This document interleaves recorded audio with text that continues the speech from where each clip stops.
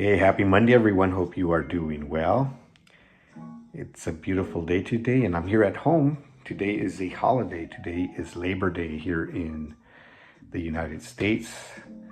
Different from the rest of the world, because most of the rest of the world is on May 1st. But here we celebrate it on the first Monday in September.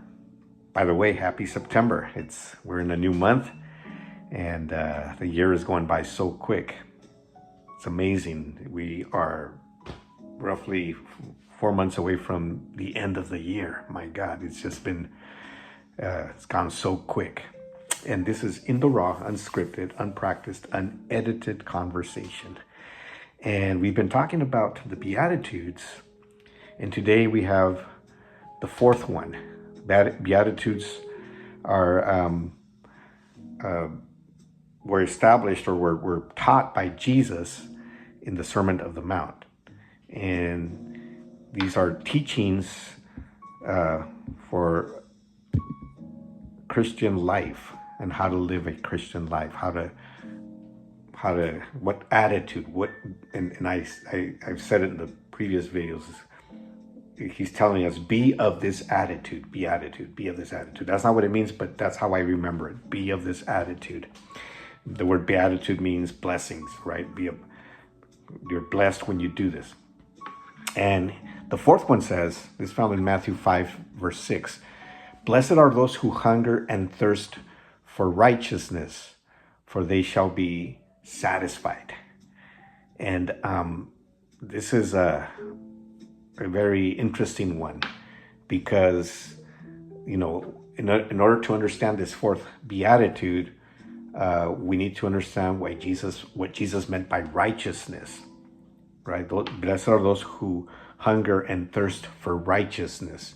And in ancient Judaism, righteousness meant to acquit, to vindicate, to restore to a right relationship. When there was a relationship that was wronged, when there was a broken relationship, when you reach that moment of vindication or acquittal, right? When there was a restoration, when both parties acknowledged that they were wrong or whatever, and they made up, so to speak, or essentially made up, and they forgave each other, or what it takes to restore a relationship. So that's what righteousness meant in the ancient Judaism.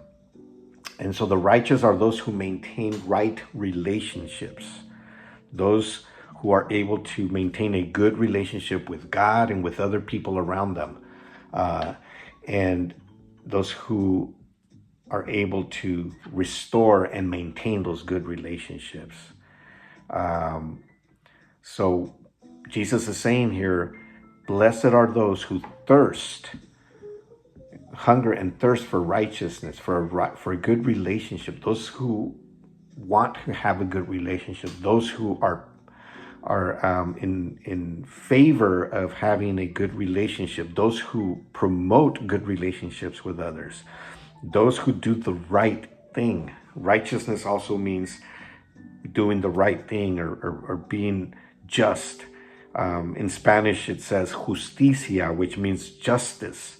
So to do justice, to do the right thing with people around us, whether they're coworkers, whether it's family, whether it's any community member that's around us, and when we are striving to have a good relationship with everyone, it doesn't mean we have to agree with them. It doesn't mean that we have to have the same ideals, the same lifestyles.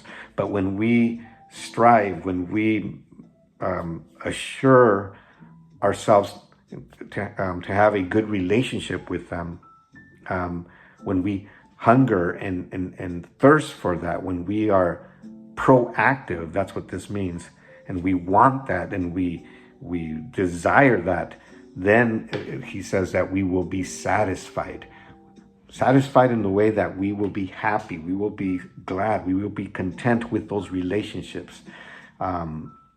How many people are not satisfied with the relationships they have with somebody they love or somebody that matters to them?